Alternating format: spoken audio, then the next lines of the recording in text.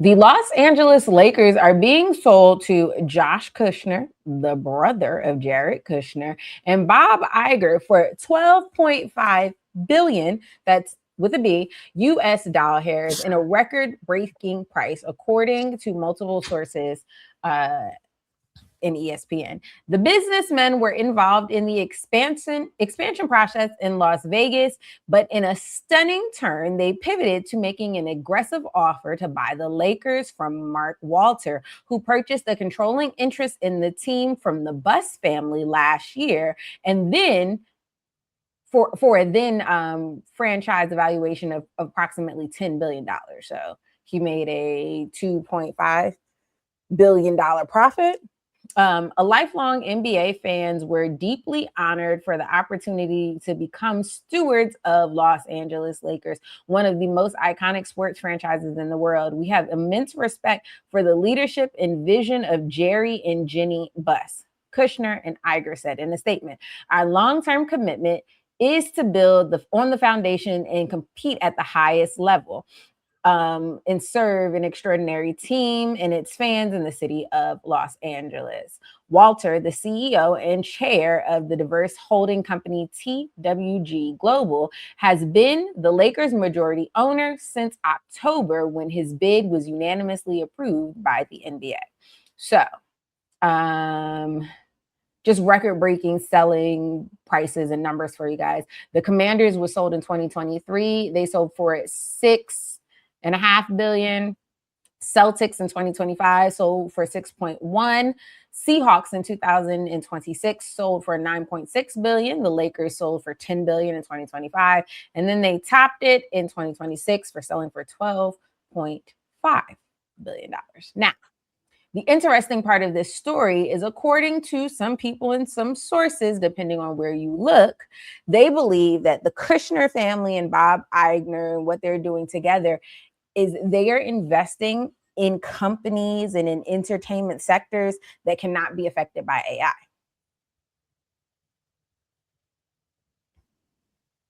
Yeah. Yeah. It's a whole thing. You want me to pull up the article? Because it's literally a thing.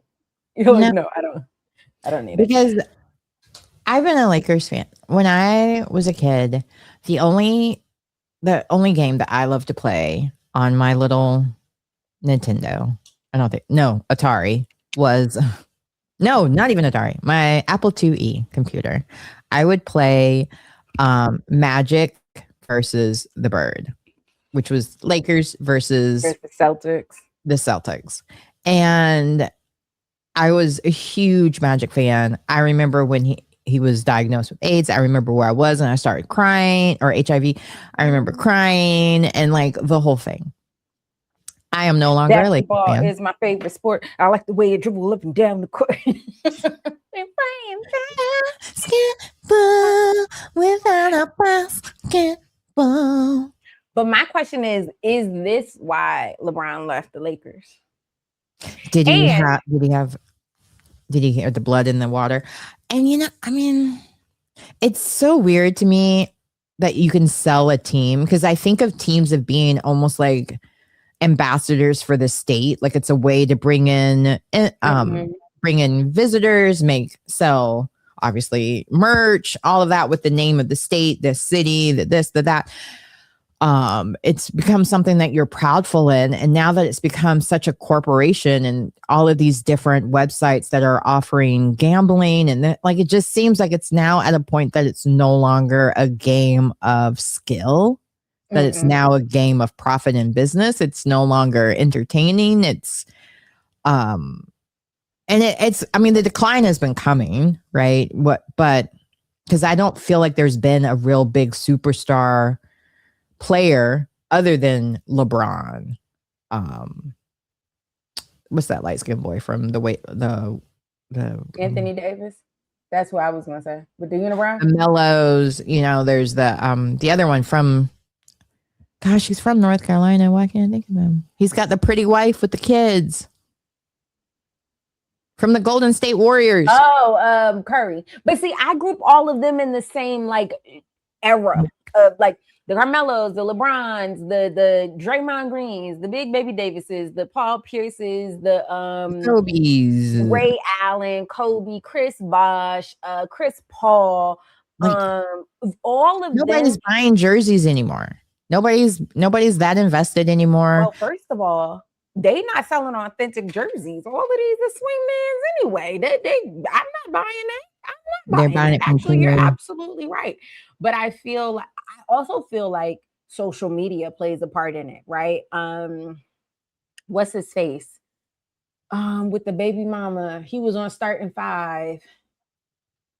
Oh man, his mom passed away. He just married his girlfriend, but he got like 5 kids. He done had a bunch of babies on her. I can't think of his name off the top of my head, Dude, and I I don't mean, feel like. that could be anybody. That's why I feel like nobody cares anymore about them. They're not. But They're not the this is same my sport. point. Yeah. If Karl Malone was a basketball player today, they would not fuck with Karl Malone the way that they fuck with Karl Malone. Now, mind you, his story and all him being a predator has always been the case, but that information wasn't accessible. I feel like the accessibility to the player, to the superstar just in general, impacts how you view them, right? Like, let's use Magic. If the world knew, I'm sorry, I'm not all of this. Oh, I wasn't a womanizer. I wasn't cheating on her. Sorry. I don't want to hear it. That nigga was getting more ass than a toilet seat. Please. Hello. The Wilt Chamberlain of it all. If the world knew that Magic Johnson was dogging Cookie out like that, if we saw pictures and stuff, it would not be everything now that we assume that we know about him is quite literally that, assumptions. We don't have any proof. And then when you add the assumption on top of it, people will tell you, oh, you can't assume that he was outside and being fast because he got HIV. That's not how that works. You can't just put it on him like that. So people are going to check you. Whereas nowadays, if you got a wife, if you got kids and you outside dipping it and doing it, we could see it. And so, yeah, you might be a good basketball player, but people are like, I'm not fucking with you. I'm not buying your jersey. I'm not buying your merch because, yeah, you can play a good game, but that's enough of that. So I went to one of these sports stores because I was just being goofy and was asking if they had what's the guy that cheated on Megan Thee Stallion, if they had his jersey. Because everybody was like, Clay. They were like, I was hearing all this stuff about Clay's so famous, da da da da da. I'm like, well, he's not famous enough to have a jersey out. So I went and asked, and the guy was like, nobody's buying jerseys anymore except for the superstar old ones because these kids aren't really watching basketball. They can play more fun games on their phones, so they're not watching the sport either. So it's kind of like he was like, nobody under the age of 35 is buying jerseys. So it's starting to age out. Anyway. Anthony Edwards is who I was talking about, the basketball player. He plays for Minnesota. The Timberwolves. Yeah, and that's the thing. Like, when you think of ESPN and what they've just done as far as getting rid of all of their star journalists, even like before this recent cuts when they got rid of Jamel Hill and a bunch of other people that we were familiar with watching. And when they only have people like Stephen A. Smith and certain talks that we don't want to hear anymore, the sport is going to die. Like, I feel like it's dying out anyway. Like I don't ever hear anybody talking about sports the way they used to. I feel like it's dying out because like fantasy and Kalshi and prediction, it's not, I enjoy watching basketball. This is a communal thing. Me and my friends get together. It's now become a business for a lot of the watchers. Yeah. But that's a recession indicator, right? Like if people were making more than $7.25 an hour, they wouldn't feel like they needed to turn to sports betting and prediction betting and all of these things. So I feel like it all goes hand in hand. But then also, how much of a fan can you be when you're watching it being scripted? Yeah. Like it's starting to give a little WWE. And that's weird for me because I'm not a WWE girl, but when I can see y'all changing the direction of the game, when I see y'all calling fouls here but not calling them there and not following the rules, it's like, Boo, you're protecting an interest. I do want to say this, though, in reference to LeBron moving over to the 76ers.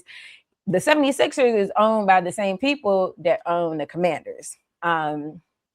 So Josh Harris is the managing partner and co-founder of HBSE, which purchased the 76ers in 2011. Josh Harris also owns the NFL team Washington Commanders and the NHL team New Jersey Devils. There's some like other co-owners and all of that, but and limited partners, but overall you're working with. And so I just leaves me to wonder if one thing you can say about LeBron is politics matter to him. I feel like he does very much understand his position as a Black man in this space. And I do feel like the things that he does business-wise is with sending the elevator back down in mind. Like, I don't feel like LeBron has ever made a move where he's ascended and then took the ladder with him. Agreed. Because even like him having a school, you know, like he definitely is one of those that tries to pay back. I was just his agent. Look, and why is Magic Johnson one of the partial owners with that group? HBSE? Because I was like, wait, I feel like Dominique Dons was also like partial owner of something in that area. The gymnast? Yes, girl, she is banking. That's my girl. I love her. You see, I said, oh. She is banking in the sports area because that was happening when I worked in sports radio, which is a million years ago. Hold on, let me see. A little lore about me: when the Olympics came to Atlanta in 1996, I was supposed to go, had tickets, had outfits, had everything, and then the bombing happened. Yeah. Atlanta Falcons and Washington Spirit, the soccer team. So she's partial owner of the women's soccer team, Washington Spirit, with my favorite, Trinity Rodman, favorite player, and then Atlanta Falcons. So I was somewhat fire. Right? Did you watch Ballers back in the day with The Rock? A little bit. Yes, I did. I feel like everybody should watch that because it gave you a lot of insight to the business side. What the fuck? Did you ever watch Arliss even? Because I loved that. I loved all of those like agent-y shows. Like I loved Entourage. I loved Arliss. I loved I never even heard of Arliss. Oh, and she's back. I think it's like timing out because the display isn't on the other side of the camera. Whatever. I'm over the technical difficulties for the day, so fuck it. But no, what's the Arliss? I might be aging myself, but Arliss, ARLI, then money sign was the name of the show, and he was an agent. I think he was a sports agent too. Yeah, professional sports agent. So it was like. It was really cool. It had Sandra Oh, Jim Turner, Raji KFE. It's got Julius from The Good Fight and The Good Wife. Yeah, it's all those people. Amanda Burns is even in it. Like everybody was in it. How old am I? 1996 to 2002. But see, okay, this is a very old show. So my television watching, like my mother is a professional television watcher. Which is like where it comes from. My mother and my grandmother, honestly, which is where it comes from. So at my grandmother's house, my grandmother liked the smut TV. She wasn't really a big soaps girl. She had like one or two, like she liked Days or something like that. And then she would move on. She watched Jenny Jones, Ricky Lake, Forgive and Forget, Sally Jessy Raphael, Joan Rivers. Like that's why I watched that over there. Then at my mother's house, I would watch stuff like Frasier. So, what's the other one? Private Practice. Private Practice. What's the other one? Abby. Oh, you know what I'm talking about. Oh, she was the attorney? Yes. Ally McBeal. Boom. That Frasier. So I can't believe that I actually missed this because just looking at the lineup. Oh, see, it was on HBO. That's why she didn't watch it. My dad was like, anybody paying for that? You trying to watch the freaky shows? Okay, so judge me for that part. But It was like Entourage before Entourage. Did you watch Entourage? No, we didn't have HBO. I watched if it did not come on like regular people cable. We didn't have HBO or all of that. My father was like, "Now that how much television?" Because my dad, if you left it up to him, wouldn't be no televisions in the house. This was like 2006. There wouldn't be no televisions in the house. This is what Wait, I'm when saying. did you graduate high school? When did you Okay, graduate? which year did you graduate? When did you go to college? What year did you graduate? When did you go to college? I mean, I finished in 2002. I graduated in 2008. Okay. So 2006, you were not living with your parents. Don't blame your parents. In 2006? Yes, I was. I didn't graduate high school until 2008. Oh, I thought you said you graduated college in 2008. No, I graduated in 2008. Yeah. I was a sophomore in 2006. I forget how much younger you are. My parents were so pro-Black that and just annoying, honestly, really boomer behavior. But if it was too many white people on the screen, they would sit behind you. Like if you were sitting on the floor watching television, they would sit on the couch and be like, "Oh, all these white people. Oh, that's happening because I can't. How you can sit here and watch all these white people? Hey, and like shut the fuck up. Shut up. If you don't like it, just get out." You just brought up a great argument because there was somebody that posed the question on Threads, and I was like, finally. Because we are kind of conditioned because we've always watched shows that were predominantly white. Do white people watch shows that are predominantly Black? Was posed the question. And yeah, no. Yeah, okay. So that was quick. But I wonder why, because we're open to watching shows of different cultures because I can't believe that all these shows are just only based on their audiences like Fresh Off the Boat or Joy Luck Club or all of those things, like whatever it was, Shaws of Sunset, like we watched everybody. I mean, I know I did. And sometimes I'm like, maybe it's because I was a sociology major, but I liked seeing different cultures. But I also wonder, why is there that disconnect where they just automatically assume if they're not in the picture, it's not for them? And now I'm starting to do the same thing where I'm like, if you don't have a Black woman in the main cast, it must not be meant for me. I'm using that same argument that they use for why they don't watch predominantly Black shows. No, they would just sit behind me and be like, oh these are you can't, to the point where you would just like turn it off. But and then my father, if it had like the Black people in it, he would then sit down and be like, this is just brain rot. You can read a book for all of this, and then you find reason you could be studying. And this the problem. If you go to Africa, them Africans, they don't even read the newspaper because it's not even necessary. It's just so much, and then you need to just learn something.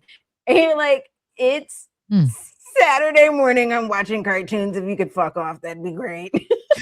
Well, in that same, I was raised by boomers. My parents would make me write a book report for every show I watched. So it was like, and it would have to be like a page long. So I would decide whether it was worth it. Like maybe I would watch Yo MTV Raps instead of watching a TV show because that would be quicker. And then they would let me like show a dance routine in like, this is the dances I learned from watching MTV Raps. And then there'd be like an explanation and a conversation. And did you know that stems from the Charleston, this stems from African roots, and like explaining the which is why I could have also like majored in dance at the same time because I took so many dance classes from having talked about it so much as a kid. But they were definitely like, again, I was not allowed to have a television in my room. I didn't get a television in my room until I went to college and I had a television in my dorm. Well, I had a television in my room, but it wasn't connected to the satellite. So I could only watch like DVDs or... My god sister had that. I didn't have no screen. So I would watch it in my parents' bedroom was where I'd watch like the 90210 of it all. So knowing that any minute they could walk in and find out I'm watching something inappropriate, I guess. You know what's crazy? I couldn't have a television in my room, but I got a computer in my room in the 7th grade. Have my own line and everything for the internet. I didn't have that. And Yeah, 'cause we only had one computer connected to the internet initially. So it was in my mom's studio. But then Mhm. I had my own phone line in high school, which I also had a pager and a cell phone, kind of Didn't get young. a pager. I had a pager. I mean, this is the 90s. So again, I'm aging myself. But They were like, no, my parents had them, but I couldn't get one. They were like, I mean, I only had it because of my parents' career. If Yeah. my parents had a normal people job, I would have never had any of these things. But they needed to be able to tell me who was picking me up from school, if it was my dad's assistant, if it was my dad, if it was my mom, because it Gotcha. was always somebody different. And I went to a private school, and then when I was at public school, it also needed to know like if I was taking a bus, because I would Did you take guys the have a bus to go to the password? babysitters, but not to my own home because I got in a fight on the bus and beat some chick up, so I couldn't ride it anymore. We had a password. So my mom, if she sent somebody else to pick me up, I would have to ask them the password. And if they What didn't was know your it, password? that's a great question. I don't remember. I know me and my Wait, did daughters. you ever have a pager? No, I couldn't have it. That's what I'm saying. They didn't let me have a Oh, pager. They both had them, but I did not have one. And then I I got a cell phone relatively late. I got a cell phone at like 16. But again, for me, that's 2006. that's when I got So my first smartphone. I had a Trio. everybody It was around me Palm had Pilot. phones by then, but I did not. Um I mean, I was the 30. Lakers, yay. Bye.